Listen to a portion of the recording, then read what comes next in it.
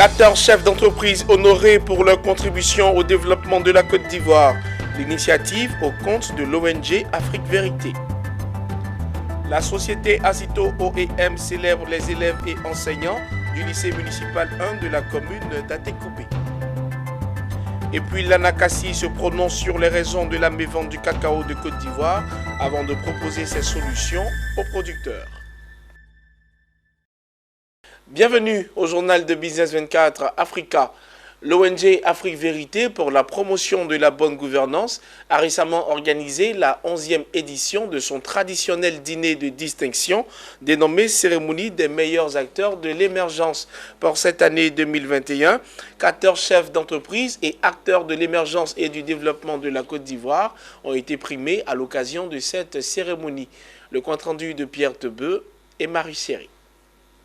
Le groupe Afrique Vérité s'est engagé ce vendredi 15 janvier à travers une cérémonie de distinction des meilleurs acteurs de l'émergence 2021 à primer toutes les personnes qui, dans leurs tâches et œuvres quotidiennes, se battent pour que la Côte d'Ivoire puisse relever les défis de l'émergence. Une ambition qui passe par l'implication de tous à travers les efforts et le travail bien fait et le don de soi des Ivoiriens dans leurs activités respectives. La 11e édition de cette cérémonie de distinction était placée sous le parrainage du ministre de l'Environnement et du Développement durable, le professeur Seka Seka, avec comme invité d'honneur Jean-Marie Vianney Yameogo, représentant de l'OMS en Côte d'Ivoire. 14 personnalités du monde de la communication, des institutions, de l'éducation, de la santé, de l'environnement ont été distinguées. Le ministre de l'Environnement et du Développement durable qui a reçu le prix du meilleur ministère de l'Environnement de l'UEMOA s'est satisfait de la confiance placée en son département ministériel.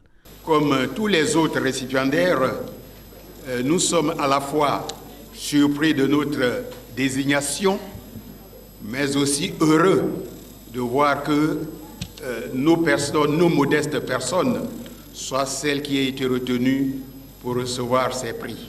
Pour le promoteur de l'événement, la célébration des valeurs et des compétences devrait être soutenue et encouragée par tous. Un prix qui est donné après enquête et sondage de l'ONG. La structure Afrique Vérité, c'est une structure vraiment des sondages.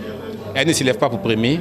Lorsque la structure Afrique Vérité prime, c'est au soir des sondages, au soir des enquêtes. Menez vos enquêtes, menez vos investigations. Toutes les personnalités qui ont été déjà primées par la structure Afrique Vérité ont eu véritablement des ouvertures professionnelles, des nominations, des élévations dans les domaines d'activité.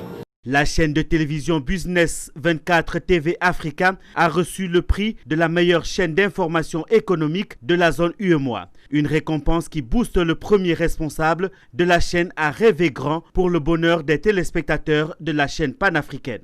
Bon, je ne sais pas si je suis au sommet, je prends cette récompense-là positivement. On va continuer de travailler.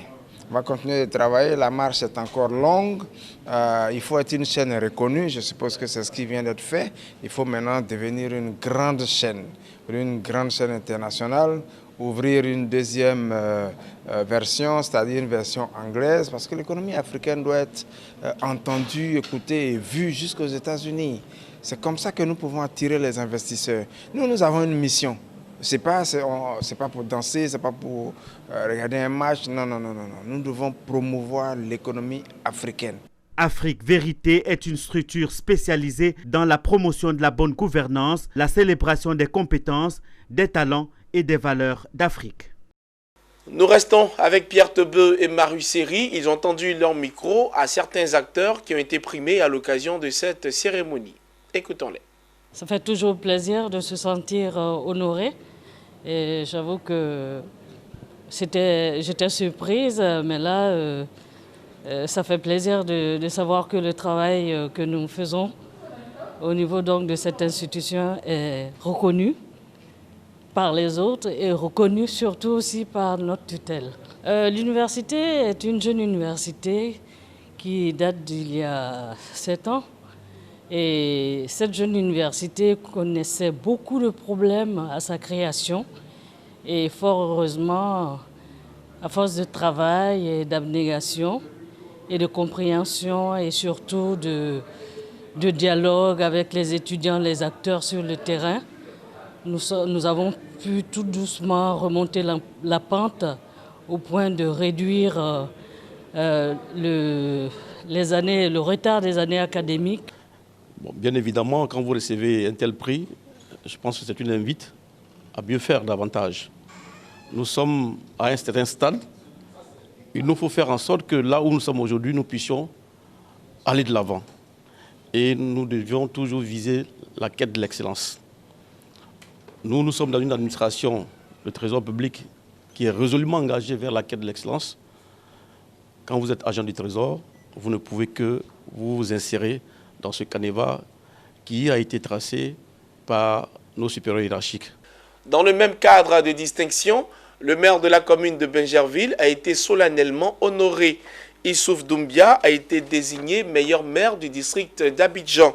Il a reçu le prix panafricain ICS 2020 de la structure continentale interafricaine de communication et de sondage. Emmanuel Bonzo, Richard Akeke. Pour sa proximité avec sa population et la prise en charge de ses préoccupations. Nous vous félicitons.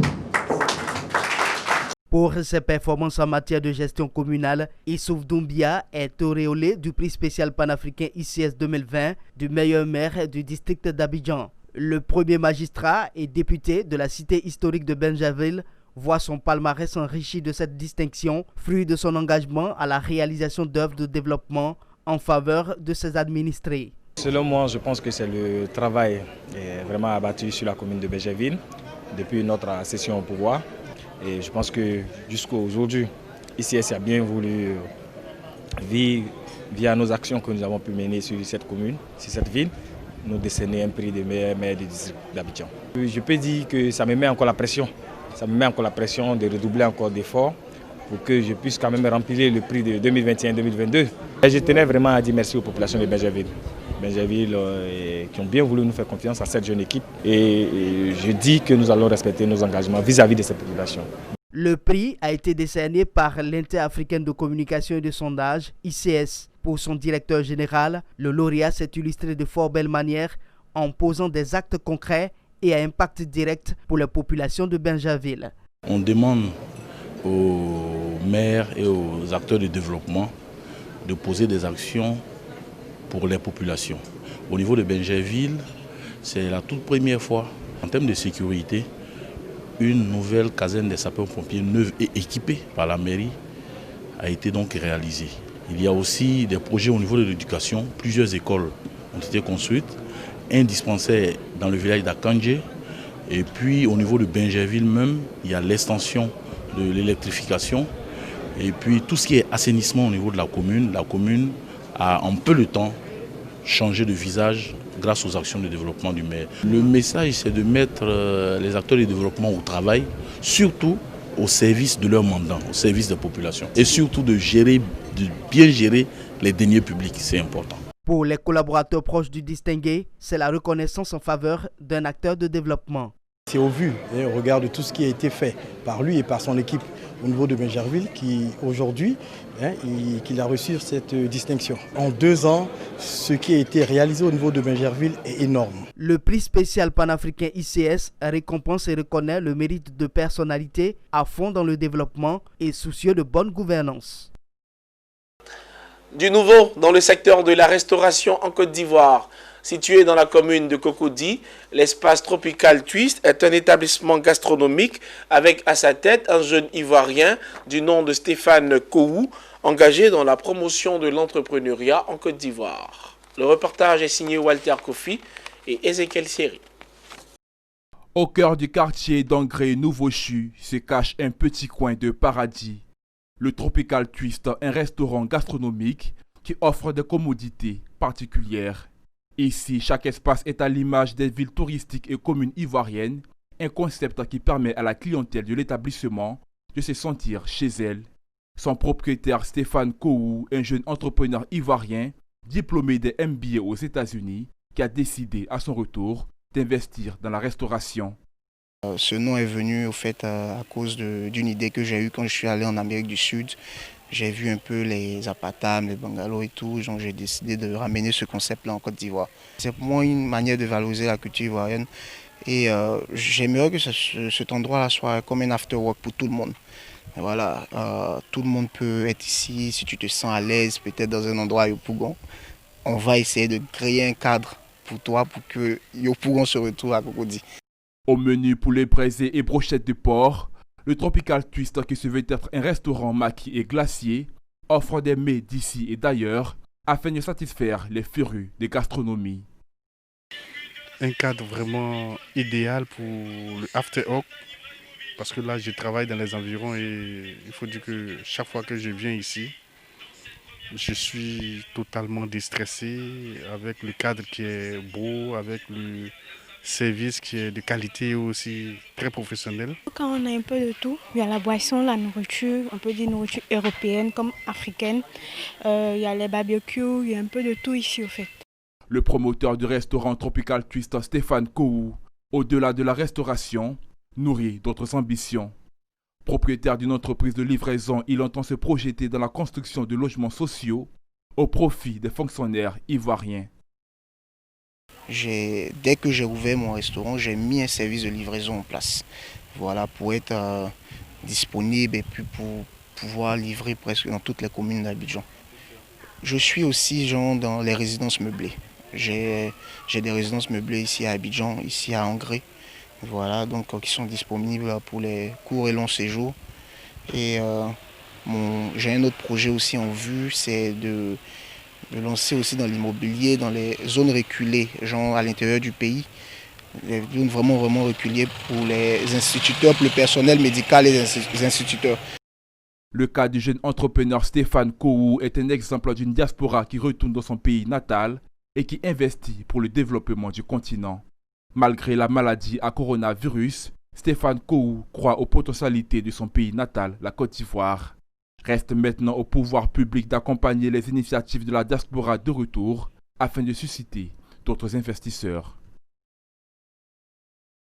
Le lycée municipal de la commune d'Atekoubé dans le district d'Abidjan a récemment organisé une journée de célébration et d'accueil des élèves et enseignants à laquelle a pris part la société Azito OEM. Dénommée rentrée académique et d'excellence, cette célébration visait à féliciter les meilleurs élèves de l'année scolaire 2019-2020. Elle a également permis d'accueillir les nouveaux élèves et enseignants, mais aussi de porter des reconnaissances aux enseignants admis à la retraite. Le compte-rendu de Mon Désir Nascimento et Tima Traoré. Lycée municipal de la commune d'Atekoubé, l'ambiance est fort impressionnante avec un accueil chaleureux à l'endroit d'éminentes personnalités, parmi lesquelles Honora Bois, directeur général de la société Azito OEM, Michel Kwakousui, inspecteur général de l'éducation nationale, de l'enseignement technique et de la formation professionnelle, représentant du ministre Kandia Kamara. Ils sont venus vivre avec le proviseur Koulibaly Yaya la rentrée académique et d'excellence au lycée municipal 1 d'Atekoubé. C'est une journée de réjouissance dont les objectifs sont entre autres célébrer les meilleurs élèves de l'année académique écoulée, féliciter les enseignants admis à la retraite et accueillir les nouveaux enseignants et apprenants. C'est la rentrée académique et d'excellence. Pourquoi la rentrée académique? Premier objectif, parce que nous avons les élèves qui viennent en 6e et en seconde, qui ont été affectés ou orientés autant qu'ils sont. Et ces élèves-là, nous devons leur donner les rudiments pour pouvoir s'intégrer dans le système éducatif de notre établissement. Je me nomme Djamas Sophonie Bérénice. J'ai eu 16,87 de moyenne en 4e pour passer en 3e. Pour passer de la classe de 3e en seconde, la moyenne de classe, j'ai eu 16,77 annuellement. Et la moyenne au BEPC d'orientation, j'ai eu 16,46. Infatigable supporter de la jeunesse consciente et travailleuse, Honora Bois a une fois encore réaffirmé le soutien de la société Azito OEM à tout le secteur éducatif ivoirien. Pour preuve, le parrainage de cette célébration. Azito OEM, qui est la société d'exploitation et de maintenance de la centrale d'Azito, a fait de l'excellence le socle de toutes ses activités. Nos résultats techniques, nos performances sociales, environnementales et techniques sont recouvertes d'excellence. Nous ne pouvons qu'être présents à tout rendez-vous où l'excellence est célébrée. L'apôtre de l'excellence Honora Bois s'est aussi entretenu à cœur ouvert avec les jeunes où les questions de toxicomanie, d'indiscipline et même de tontine sexuelle, l'autre mal qui mine en milieu scolaire, ont été abordées. Ils m'ont promis qu'ils tourneraient le dos à l'alcool, qu'ils tourneraient le dos à la drogue, qu'ils tourneraient le dos à la violence sous toutes ses formes. Ils m'ont promis qu'ils tourneraient le dos à ce qu'on appelle malheureusement dans nos écoles les tontines sexuelles. Ils m'ont promis qu'ils seront la fierté. Représentant le ministre Kandia Kamara, Michel Kwakosui, inspecteur général de l'enseignement, a partagé avec les uns et les autres les secrets pour réussir en milieu scolaire. On apprend en travaillant. Donc ils se mettent au travail. C'est en travaillant, comme on le dit, c'est en forgeant qu'on devient forgeron. Le parrain de la cérémonie Honorabois, lui aussi s'est vu honoré pour les actions citoyennes et sociétales déployées par Azito OEM. Mévente du cacao, rumeur de grève des producteurs, la filière cacao de Côte d'Ivoire se porte mal. Pour assurer leurs collègues, l'Association nationale des coopératives agricoles de Côte d'Ivoire, l'ANACACI, a organisé ce samedi une conférence de presse à la Chambre de l'agriculture. Face aux journalistes, les présidents d'associations ont évoqué les raisons du ralentissement de la commercialisation du cacao avant d'exposer leurs solutions pour y remédier. Les détails avec Betty Kwaku et Richard Akeke. L'impact de la Covid-19 se ressent dans les plantations de cacao. La campagne 2020-2021 n'a pas tenu ses promesses. Selon l'Association nationale des coopératives agricoles de Côte d'Ivoire, ANACACI, la mévente du cacao est due à la Covid-19, le confinement dans les pays occidentaux ayant entraîné une baisse de la consommation mondiale du chocolat. Toutefois, elle rassure les producteurs que tout est mis en œuvre pour réguler la situation en collaboration avec les autorités compétentes. Nous demandons aussi aux coopératives de garder leur calme et puis continuer leurs activités. Nous prenons des dispositions ici en ville avec les autorités, de sorte qu'à un moment donné, on puisse prendre en charge la situation et enregistrer les dégâts et les pertes qui peuvent se présenter à leur niveau, de sorte que au moment venu, on puisse véritablement soutenir leur cas et veiller de sorte que l'autorité puisse pencher sur l'éventuelle perte qu'ils vont enregistrer. L'ANACACI met également en garde toute personne qui voudrait profiter de la situation actuelle pour acheter le cacao en deçà de 1000 francs, prix Borchamp. Nous demandons aussi aux acheteurs véreux qui, eux, se font de la richesse pendant les moments de crise, de faire attention. Nous allons nous donner les moyens de les traquer. Nous allons nous donner les moyens de les démanteler et de les mettre à disposition de l'autorité. La filière cacao ivoirienne est victime de la crise sanitaire liée à la Covid-19. L'ANACACI entend faire une tournée de sensibilisation pour inviter les producteurs au calme. Peut-être cette situation est-elle le signe que la Côte d'Ivoire devrait renforcer son système de transformation du cacao et encourager la consommation locale. La direction régionale des impôts de San Pedro a organisé les 14 et 15 janvier dernier son séminaire bilan 2020 et objectif 2021. La rencontre s'est déroulée sous la présidence de Silué Lassina, administrateur général des services financiers et directeur régional des impôts de San Pedro. Ce sont 4 ateliers de réflexion qui ont constitué le séminaire bilan 2020, objectif 2021 de la direction régionale des impôts de San Pedro. Ce séminaire a été organisé pour un rendement optimal des impôts fonciers et des cotisations d'impôts pour les assujettir au régime de l'entrepreneur et au régime des micro-entreprises. Coulibalisier Simon, administrateur des services financiers, a fait appel à tous les séminaristes afin de faire montre de leurs expériences. Une expérience qui permettra de répondre aux difficultés liées à la gestion des 2 impôts de masse dans la circonscription de San Pedro. Le premier, c'est l'imposition et le recouvrement de l'impôt foncier des terrains nus. Le deuxième, l'imposition et le recouvrement de l'impôt foncier des terrains bâtis à usage commercial. Le troisième, l'imposition et le recouvrement de l'impôt foncier des terrains bâtis à usage d'habitation. Et le dernier, les procédures pour la correction des sous-impositions et la gestion du contentieux.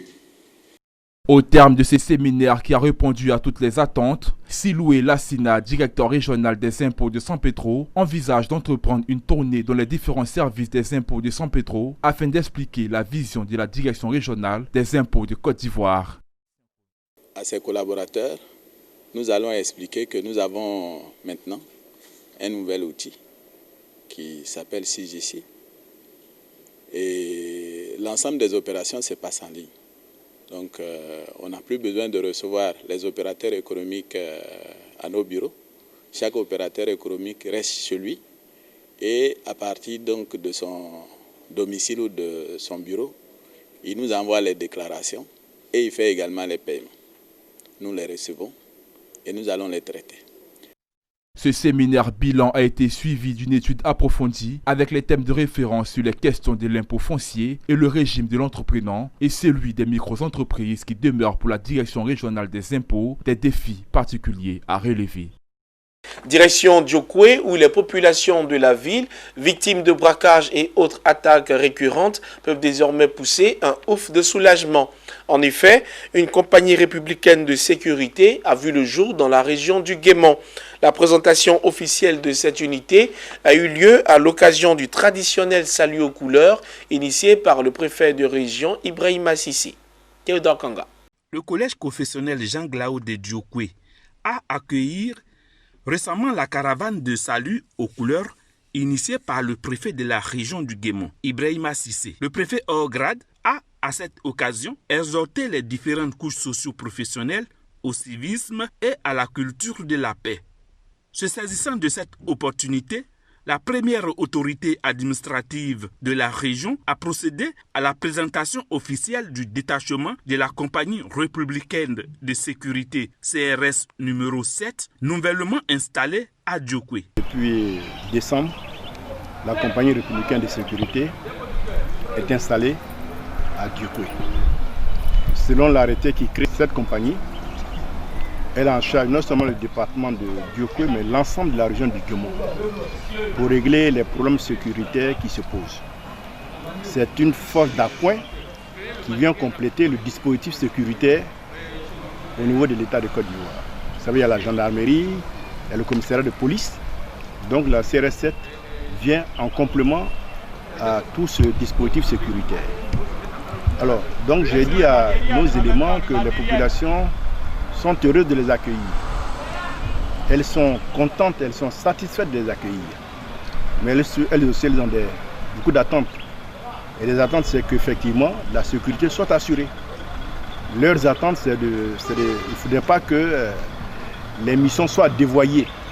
Pour sa part, Soit Denis Paul, fondateur du collège Jean Glao, s'est réjoui d'accueillir cette cérémonie et surtout la visite des autorités préfectorales. Il y a beaucoup qui ont bac aujourd'hui. Ils ne savent pas où il faut aller. Si on leur dit que bon, c'est comme une grande école, ils peuvent venir là.